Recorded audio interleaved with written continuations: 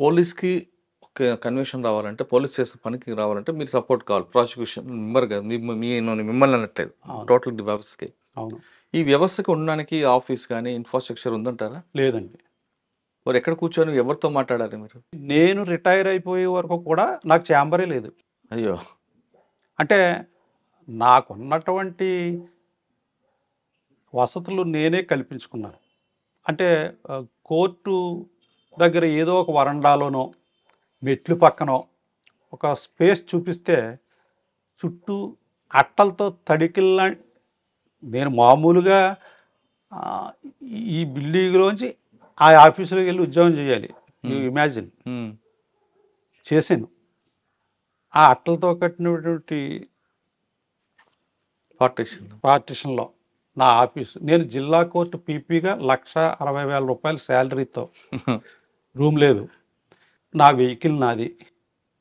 నా స్టాఫ్ నా ఇంటి దగ్గర నుంచి నాకు ఏదైనా క్యారియరు, టీ, కాఫీ కావాలంటే ఇది. ఇక ప్రభుత్వం వారు ప్రొవైడ్ చేసినటువంటి సౌకర్యాలు ఏమిటంటే, ఒక కోర్టు కానిస్టేబుల్ లాంటిది ఒక పోలీస్ స్టేషన్ నుంచి రిప్రజెంటేషన్‌కి రికార్డులు తీసుకురావటానికి అది వచ్చేవాడు. ఒక వెహికల్ ఇస్తారా? వెహికల్ ఇవ్వరా? హుహు. వెహికలా?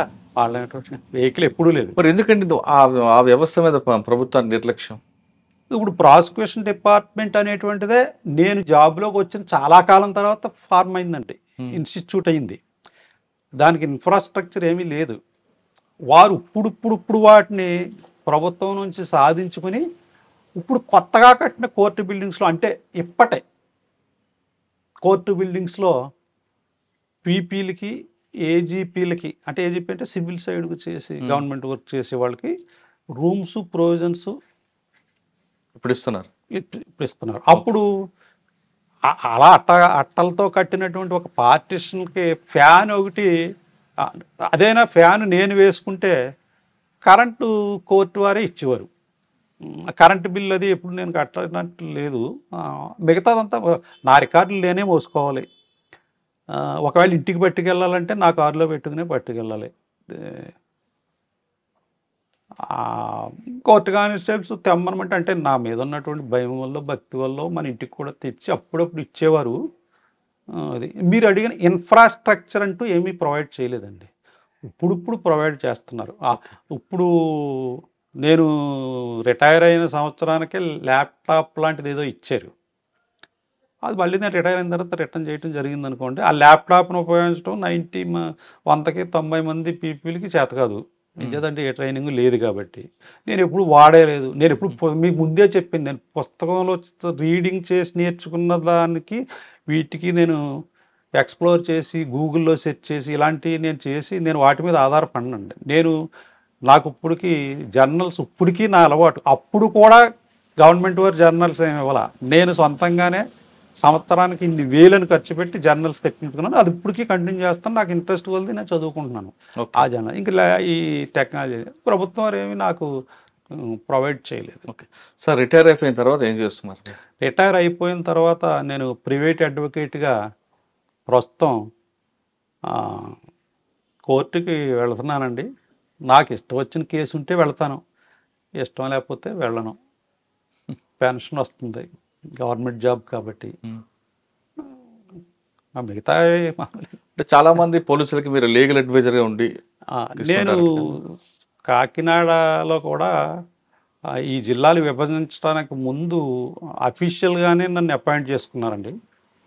తర్వాత వాళ్ళు కూడా కొంతమంది ఎస్పీలు మనకి ఏదో నామినల్‌గా ఆహ్, పేమెంట్ కూడా అరేంజ్‌మెంట్ చేద్దాం, బడ్జెట్ రాద్దాం గవర్నమెంట్ దగ్గర నుంచి అని కూడా చెప్పడం జరిగింది. కానీ నేను 2 సంవత్సరాలు గానీ, 3 సంవత్సరాలు గానీ కంటిన్యూగా నేను legal adviser to SP services అందించాను. తర్వాత నా అంతట నేనే వాటిని విరమించాను. హ్మ్.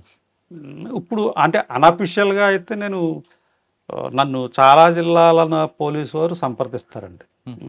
బై ఫోను రావటం ఇదని. ఓకే. కొన్ని ఇంపార్టెంట్ కేసుల్లో ఇది ఎలా చేయాలి? కోర్టులో ఫైల్ చేస్తే ఎన్ని రోజులకి ఫైల్ చేయాలి?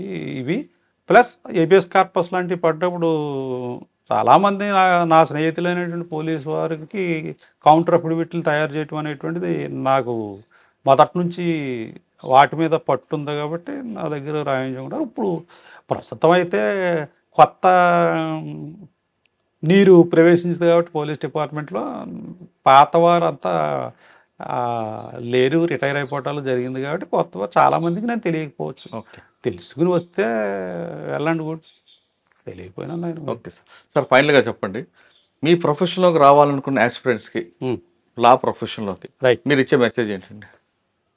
నేను ఇచ్చే మెసేజ్ ముందు లాంగ్వేజ్ ఒకటి ఇంప్రూవ్ చేసుకోవాలండి. అంటే లాంగ్వేజ్ అనగానే మీరు ఇంగ్లీషు అని భ్రమపడవచ్చు. ఇంగ్లీష్ అనే కాదు, కోర్టు పరిభాష అనేటువంటి ముఖ్యంగా నేర్చుకోవాలండి. మనం ఏది సబ్మిట్ చేస్తే కొంచెం అలర్ట్గా అటెంటివ్గా ఉంటుంది జడ్జికి అనేటువంటిది ముఖ్యం. ఇంగ్లీష్లో తప్పులు మాట్లాడుతున్నంత మాత్రాన నష్టం వచ్చేది ఏదీ లేదండి. ఎందుకంటే మీరు మీనింగ్ కన్వే చేస్తున్నారా లేదా అనేటువంటిది. అవును. రెండు, ఒక అడ్వకేట్కి కానీ పబ్లిక్ ప్రాసిక్యూటర్కి కానీ కావాల్సింది ఏంటంటే జ్ఞాపక శక్తి అండి. 3 ఒరేషియస్ రీడింగ్. ఈ డౌన్లోడ్ చేసుకునే పద్ధతికి స్వస్తి చెప్పి మనం పుస్తకాలు చదవటం అనేటువంటిది 1-2 సార్లు, నేను చదివిన జడ్జిమెంటే చదివిన పాయింటే చదివి ఇంపార్టెంట్ ఇది మనకి ఎప్పుడైనా అవసరమే అనుకున్నవి గత 30 ఏళ్ళుగా నేను డైరీలు రాసుకుంటూనే ఉన్నాను. నా డైరీలు ఏ జూనియర్ అడ్వకేట్గానే ఉపయోగపడవచ్చు.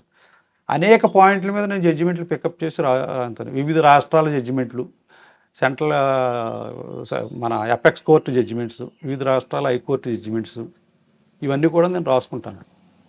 ఈ కృషి ఎప్పటికైనా మిమ్మల్ని కాపాడుతుంది. ఎందుకంటే నేను ఫోన్ కాల్ చేసిన వెంటనే పోలీసు వారికి వెంటనే నేను రిప్లై చెప్పగలుగుతున్నానంటే నా పడుకునే మంచం పక్కనే ఈ డైరీస్ అన్నీ ఎప్పుడూ ఉంటాయండి. నేను వితిన్ 5 మినిట్స్ నేను దానికి ఆ సెక్షను, దానికి సంబంధించిన సమాచారం, అది చేయదగ్గదా చేయకూడదా, వాళ్ళు అడిగిన ప్రశ్నకి జవాబు వెంటనే చెప్తాను. ఈ 3 కృషి చేయాలండి. కేవలం కోర్టులో కేసు చేయటం అనేటువంటిది అది పెద్ద విషయం కాదు. ఎందుకంటే నీ సమర్థత మీదే కోర్టులు ఆధారపడ్డాయి, లేదా జడ్జిమెంట్ల మీదే ఆధారపడి జడ్జిమెంట్లు ఇస్తున్నాయి అనేటువంటి వ్యవస్థకి ఎప్పుడో చెల్లిచీటి పాడేశారు. ఇప్పుడు వేరే ఫ్యాక్టర్స్ పనిచేస్తున్నాయి జడ్జిమెంట్లకి. మీరు చెప్తున్న కన్విక్షన్స్కి, ఎక్విటల్స్ కూడా అది కూడా వర్తిస్తుంది.